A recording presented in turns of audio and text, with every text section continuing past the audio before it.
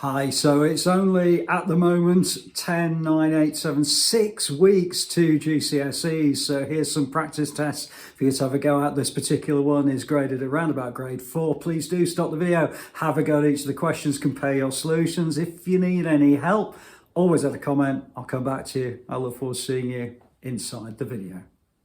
Okay, so this quick test is aimed at about grade 4. It's fairly similar to 4E, which I posted a couple of weeks ago, where you've got the answers here, but they are in the wrong order. Okay, just thought it'd add a little bit of extra interest to the questions, and hopefully it'll be all right for you. Let's move on then to question number 1. So the table gives information about the total number of orders for a new jacket each month received by a clothing store. So basically what we're saying is that if we add up all of these numbers, the clothing store sold 275 jackets in a 6-month period. So work out the probability the order was received in April. Well, that's actually going to be 45 orders in April out of 275 actually received. Now, if you pop that into a calculator and press SD, it will reduce that down to 9/55, and it does say give your answer in its simplest form.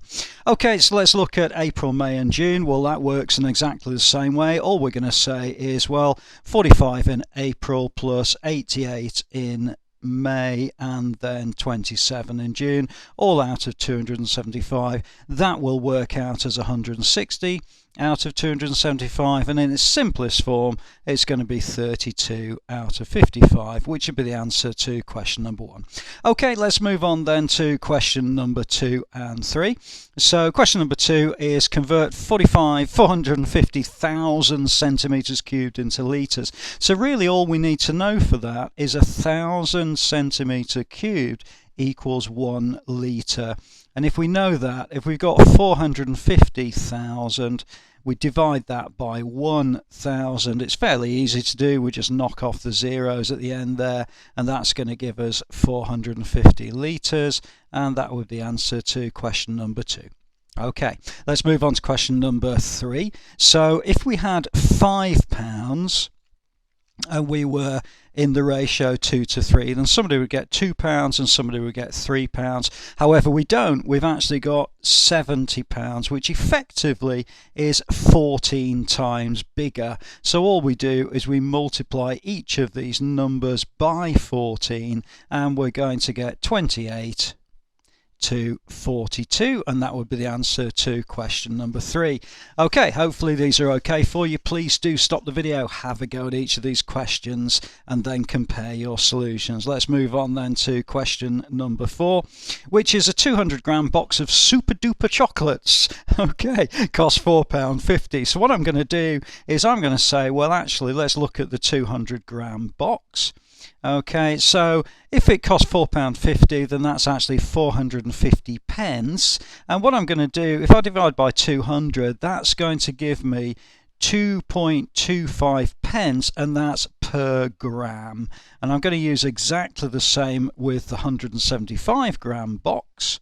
Okay, that's going to be £4.20, so that's 420 pence divided by 175, and that's going to be 2.4 pence per gram. Okay, so the better value for money is actually the 200-gram box, and that would be the answer to question number 4. Okay, question number 5 is a fairly typical circumference of a circle question that's kind of been made into words. What you've basically got is a circle, and it's got a radius of 3.5. Now the important thing here is it's 3.5 centimeters according to the information, but I've just spotted that actually in terms of the answer, they're asking us to give our answer in meters. So what I'm going to do first is work it out as centimeters and then do the conversion at the end. So to work out the circumference of a circle, okay, and this is a formula you need to remember, it's equal to pi times the diameter. Now some people will say 2 pi r. That's exactly the same, it's absolutely no problem, but you've got to remember that the diameter of this particular circle is 7 centimeters. It's going to be twice the radius multiplied by pi. Okay, now if the electrical cable is wound around 200 times, then the total is going to be 200 multiplied by 7 pi, and that's going to give us in centimeters, and this is quite a big number, 4,398.229 centimeters. So if I convert that to meters, I divide through by 100, that's going to equal 43.98 meters. Now it does ask you to give the answer correct to 3 significant figures. So my third significant figure is 9. I'm going to change that actually to a 10, and that's because the number afterwards is above 5. Okay, so if you're not sure about significant figures, add a comment below and I'll put you onto the playlist that deals with that particular issue. So an answer to this particular question is going to be 44.0, and it's important to put the 0.0 in meters, and that would be the answer to that particular question. Okay, hopefully that's been all right for you. Let's move on then to question number 6, which is finding the volume and then the surface area of a triangular prism. So if we look at volume, as I'm sure you appreciate, volume equals area times depth. So what I need to concentrate on first is finding the area of the triangle at the very front face. So there's a couple of ways of doing this. The way I would tend to do it would be a half base times height. Now I'm very aware that some people will actually use base times height divided by 2 and work it as a fraction. That works perfectly well, it's no problems at all.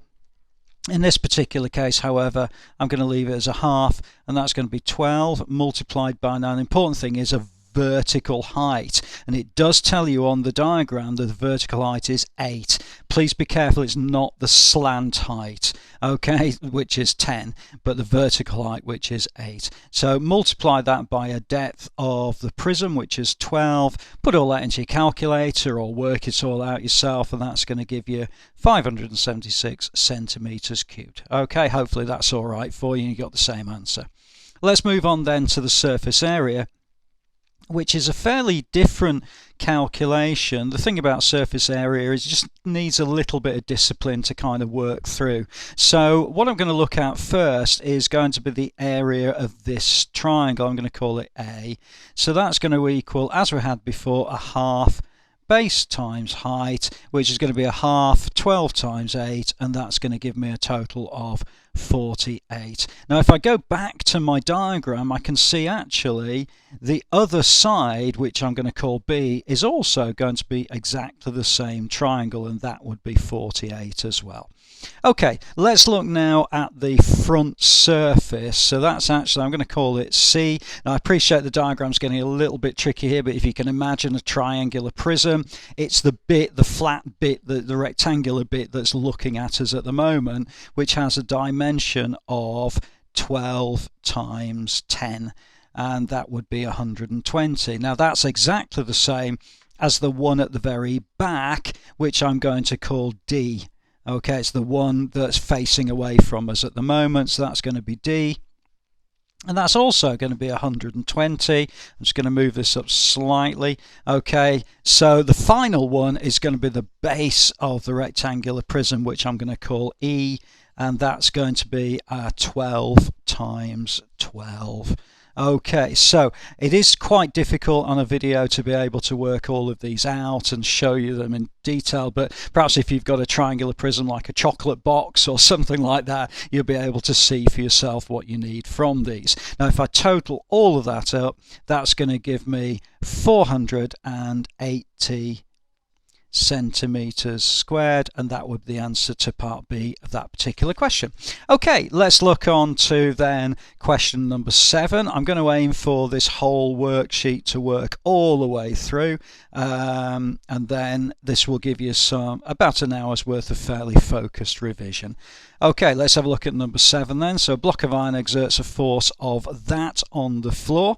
The base of the block of iron is that. So if you can imagine, if I've got a block much the same as that, okay, it's exerting a force of 800 newtons.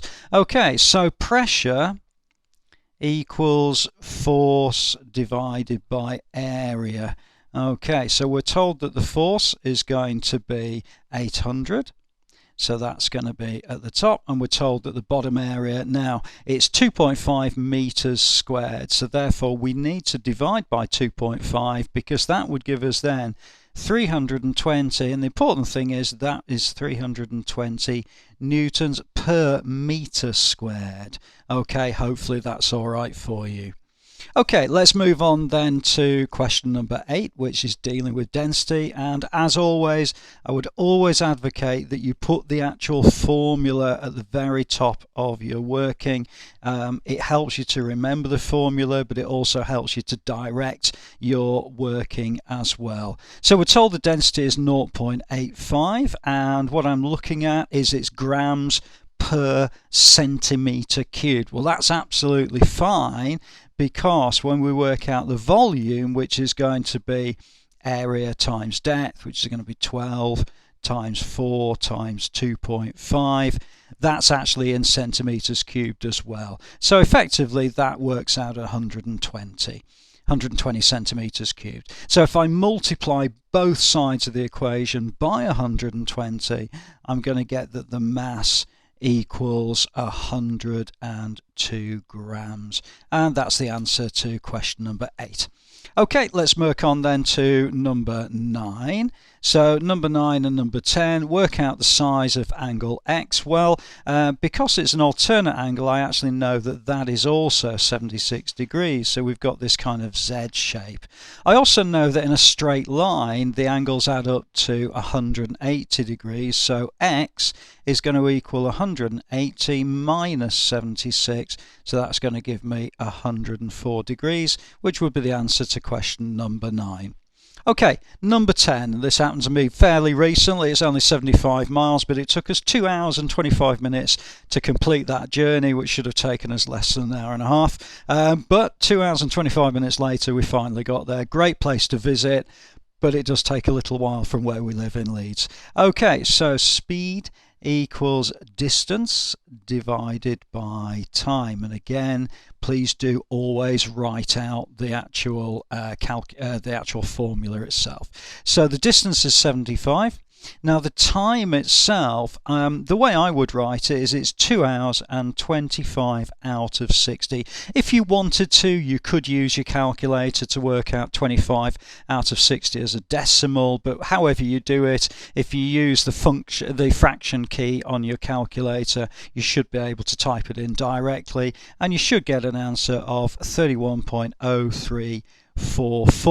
Now it has asked us to give the speed to the nearest whole number, so to the nearest whole number that's going to be 31 miles per hour. It did indeed feel a lot slower than that. Okay, so let's move on then to question number 11. So we're moving at a fairly good pace now. So 3/8 as a decimal, well, this is there's a couple of different ways you can do that. It would probably feature on a non-calculator just as much as a calculator paper, and all that would do is just use short division to divide 3 by 8, or if you know 1/8 is 0.125, you could then multiply that by 3. Whichever way you do it, then that will give you 0.375. Okay, and similarly with question number 12, you just need to really use the keys of your calculator, and you should get 2.49 0.006. So to correct to 1 decimal place, it's 2.5, and I'll put that in as 1 dp. Okay, so we're now on to the very last page of this particular test. I hope it's proving useful for you. Okay, so a couple of questions here that have been taken from or inspired by exam papers that I see. Okay, so the number 45 can be written as 3 to the power of a times b. Well, a bit of a tricky one, really. It's one of those questions where you've got to kind of think, well, if it's 2, then that's going to give me 9. And if I multiply that by 5, then that's actually going to give me 45. So therefore, an answer to this particular question, I think is the only answer, is going to be A equals 2 and B equals 5. Okay, and both 2 and 5 are prime numbers. So bit of touch and go on that one, just to have a kind of go at it and see how you get on. But it's really recognizing that 45 is 9 times 5. Okay, let's have a look at the fraction questions. So what I'm going to do is I'm going to write it as a whole number and then something out of 20 minus a whole number and something out of 20, because when I'm subtracting fractions, you need to make sure the denominators are the same. So I'm multiplying 5 by 4, and that's going to give me 20. So I'm going to multiply the 4 at the top by 20. That's going to by 4. That's going to give me 16. I'm going to multiply 4 by 5. 5 times 1 is 5. Okay, if you're not sure about any of these, please let me know in the comments. I've got quite a good fraction playlist that you can have a look at. Okay, so 3 minus 1 is going to be 2. 16 minus 5 is 11 over 20. Again, if you wanted to, you could write this out as top-heavy fractions, take it all away. The numbers become quite big if you do things like that. So sometimes it's better just to convert it to the same denominator and see how you get on. Okay, work out an estimate for the value of that. Okay, well, it's the world's worst multiplication sign in the middle here, so I'll just correct that a little bit. Okay, so to one significant figure, I would write this as 300 multiplied by 5 divided by 0.2. So really all I've done there is I've looked at the first number and I've said, does that remain as a 3? And it does, because after it there's only a 2. It's not bigger than 5, but however that 3 has to stay in the hundreds column, so I'm going to put 2 zeros in place of the 2 and the 2. Similarly with 4.87, well, that's actually now going to become a 5 because of the 8 afterwards, and then again with 1 here, that's going to become a 2 because of the 8 afterwards. Okay, so let's have a look at see how that works out.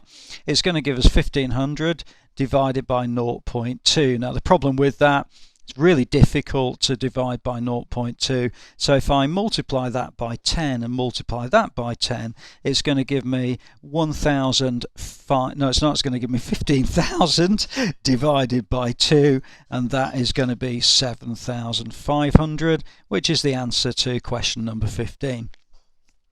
Okay, let's look at question number 16. So calculate the length of the side in the right angle triangle. So with a right angle triangle, it's only ever going to be either Pythagoras or SOHCAHTOA.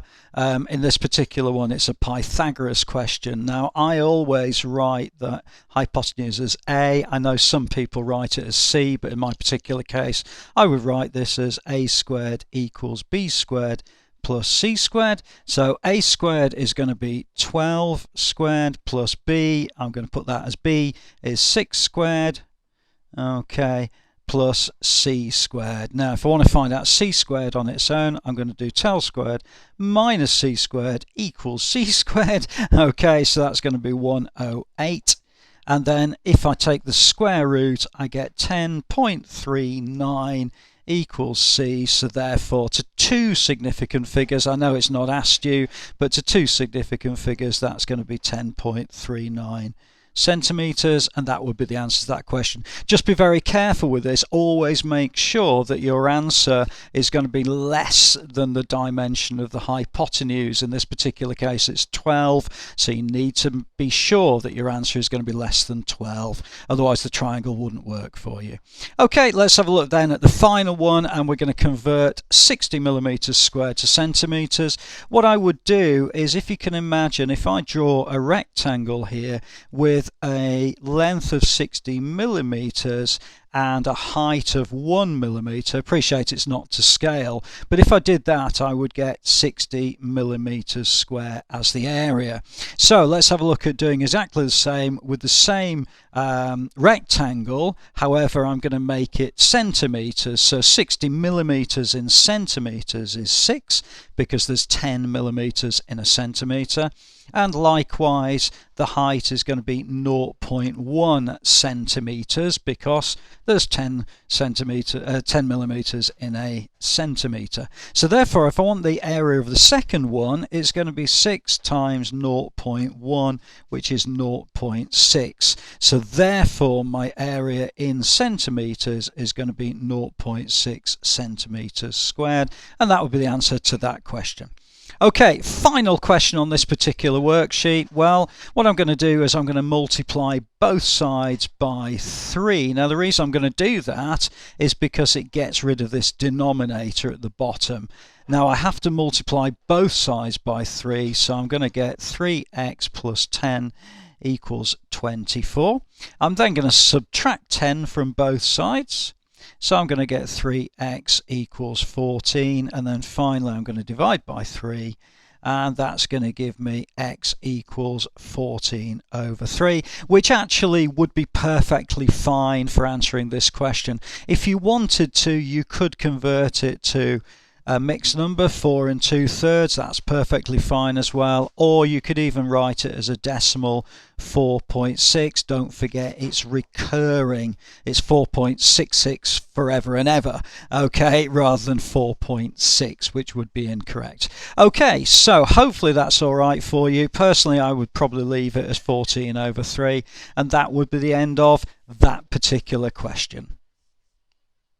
Hi, so I hope that was useful to you. There's plenty more on the channel, or also on 3-Minute Maths for you to have a look at. Please do have a look at each of the mock papers and practice topic questions and all that sort of stuff. Got any problems, always add a comment, always come back to you. I look forward to seeing you inside the next video.